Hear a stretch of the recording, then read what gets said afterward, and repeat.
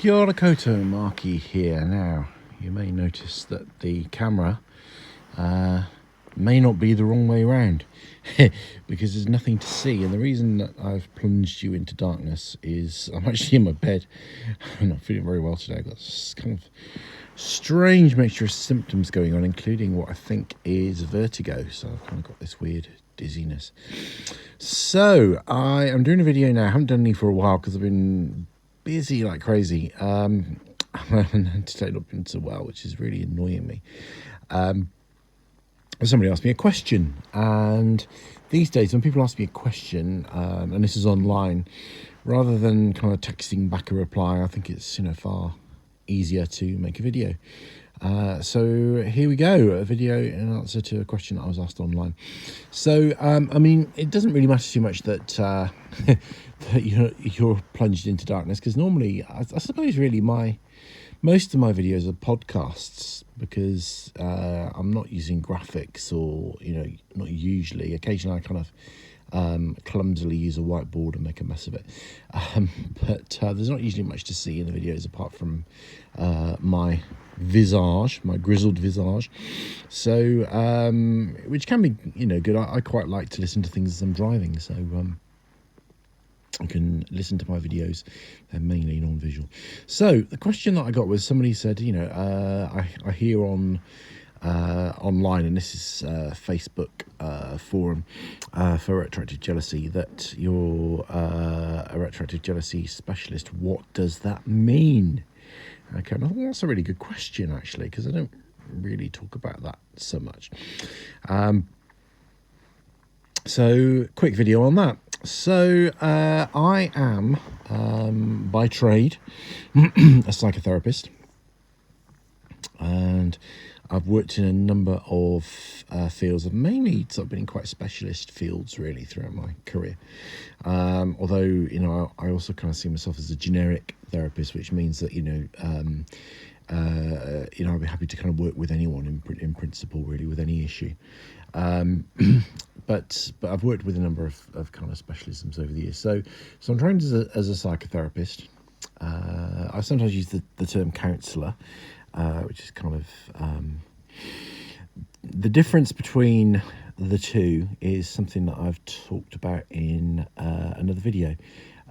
So if you want to find out more about that, about what the difference is between things like psychotherapy, psychiatry, psychology, counselling, social work, and other professions, I've gone into that in a video. And I was a retroactive jealousy sufferer. And like most people with retroactive jealousy, I kind of thought it was just me. I didn't realise it was a thing. So I qualified as a psychotherapist and been practising for some. Well, I had retroactive jealousy, from my sort of first relationship. So that was before I trained and qualified, and then kind of continued through really.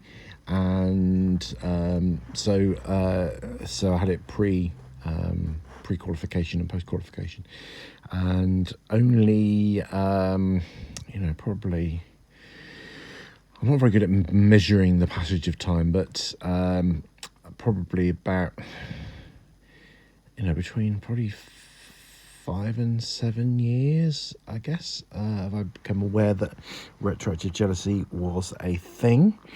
And I looked into it. The first thing that I found was Zachary Stockhill's work, and I applied some of his guidance, and also some of my own medicine, really. I think one of the things that's helped me in my recovery is the fact that I'm a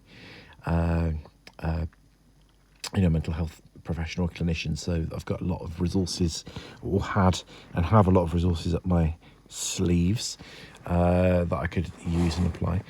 And then it made kind of great sense really to start to specialise in retroactive jealousy.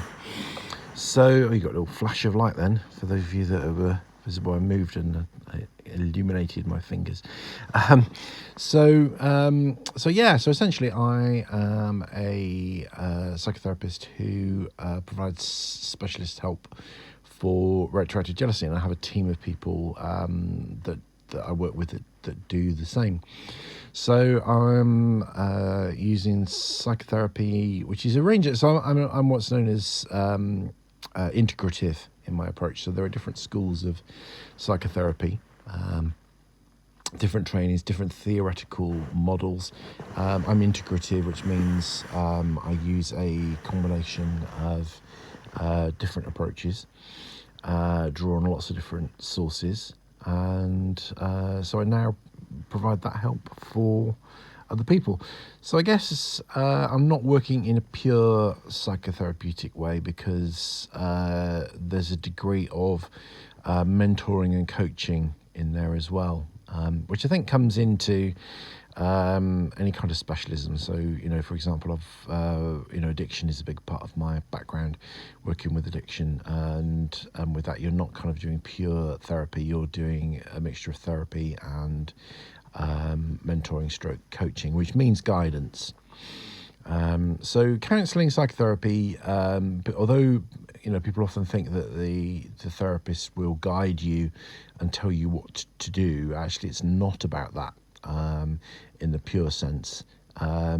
But when it comes to a specialist condition like this, there is a lot of guidance, and I'll give people homework assignments to do, and recommend reading and recommend certain exercises and recommend practices. So it's not pure psychotherapy. So pure psychotherapy is much more investigative, much more in the moment, much more encouraging the client to do their own reflection with your guidance, whereas I'm much more likely to kind of make observations and share information.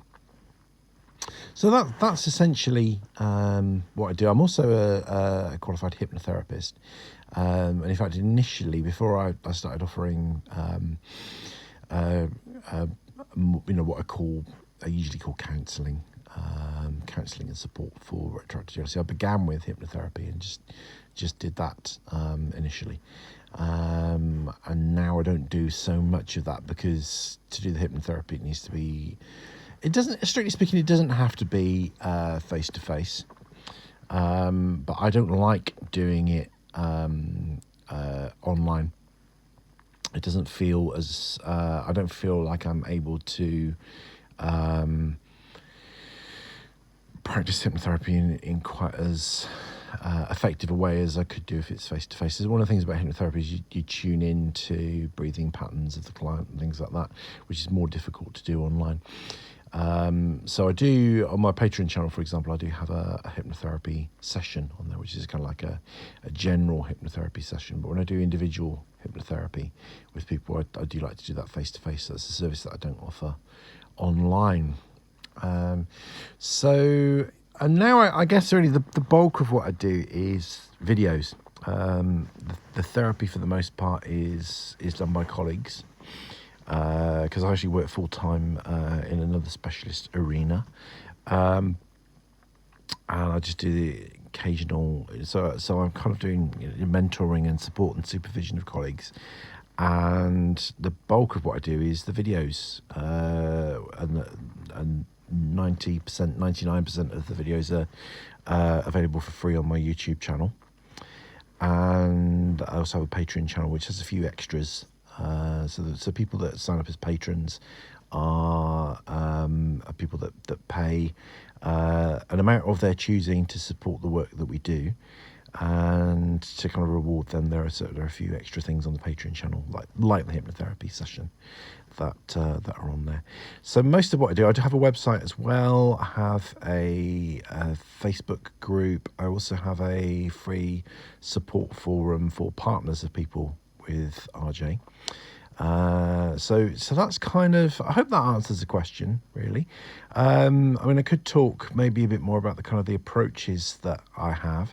But then I guess, really when it comes to, if I'm actually working with an individual, I don't know what approaches I'm going to use until I work with that individual. It comes out of the work that we do together. So I could work with 5 different people, work in a very different way with each of them. But yeah, the majority of what I do now is, so the therapy is done by colleagues who I support and supervise, and so I run the website, I put out videos, and I'm always learning really and growing and developing ideas. So I like to look at RJ from as many different angles as possible. And I think there's over 100 retroactive jealousy videos on the YouTube channel now. I cover other things on the YouTube channel, and that's kind of a good thing and a bad thing, because YouTube channels are more successful when they're specialised. But I like to make, I have a very wide interest. I like to talk about lots of different things.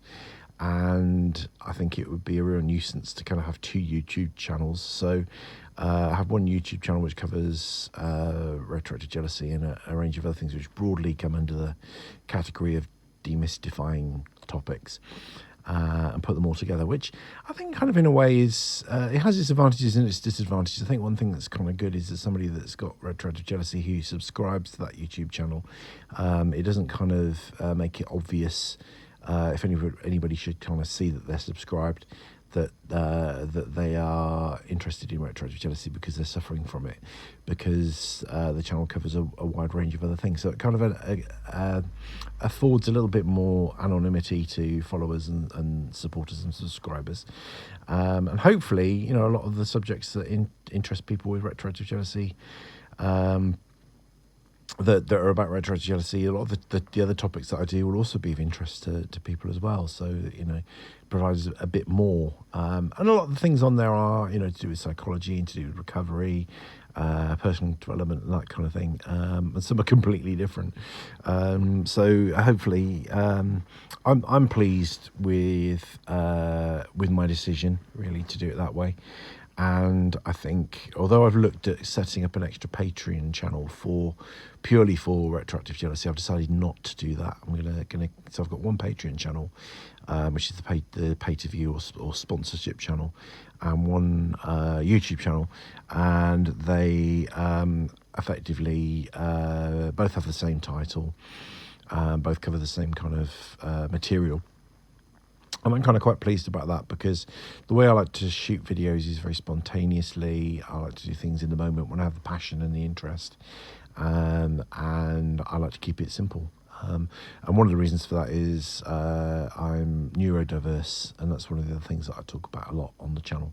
If you want to know what neurodiversity is all about, if you've not heard that term, check out the series on that. Just one a little tip really for anyone using the channel is there are playlists. So if you're just interested in retroactive jealousy, or if you're interested in any of the series, like the one on psychotherapy, like the one on neurodiversity, is rather than trying to troll through the whole channel and find things, which could be quite a chore, is just cut straight to playlists, and then you'll find the stuff that you're looking for there. And what I've done as well is broken down playlists. So all the series. So a lot of the RJ videos I've done are one-offs, but some are part of a series where I've kind of covered a topic over several episodes, and they're all listed separately as playlists as well. So there's one playlist for retroactive jealousy, there's one playlist, and there's various playlists for the different series. And also I've got a playlist of other people's videos on retroactive jealousy and related topics, ones that I like and rate and recommend. So you can go on there and have a look at what I've recommended as well, just by finding that playlist. So I hope that's helpful. And if you have any questions about how I work and my practice and my kind of philosophy around that, do ask, because I quite like to respond to questions, and usually with videos. So sorry I haven't posted much lately. I've missed it because I really enjoy posting things, and I'm at the point really of catching up a bit. The busyness that had been around for weeks, really. That's kind of starting to resolve. I'm starting to get on top of things, and then kind of annoyingly, just as the point of me catching up on stuff, I kind of come down with this really quite weird illness. It's not COVID or anything, don't worry about that. But it's kind of annoying me. So I'm being a grumpy patient at the moment. And also, just while I'm making normally, I mean, I post quite a lot, really, several times a week, sometimes several times a day. So just to say, really, thank you to all the new subscribers that have joined me as well, and for all the great support that I've been getting. So my YouTube channel isn't monetized. I don't get any pay for that. But I'm kind of nearing the point where that's going to be a possibility on the basis of subscribers. So thank you for subscribing, and thank you for watching, or in this case listening. It's really appreciated. And if you really want to help the work we're doing, you can subscribe, you can like and comment nicely, and but the kind of the best way to help us out is to sign up on Patreon, and not only do you get access to a few specials on there, but you're able to kind of directly financially help our work and help us to do what we do. Hope that kind of adequately answers that question. But if you want to know a bit more, or if I've missed the point, let me know, and we can always do a follow-up. Hopefully when I'm feeling a little bit better and the picture won't be black. So thank you very much, and Rangimarie.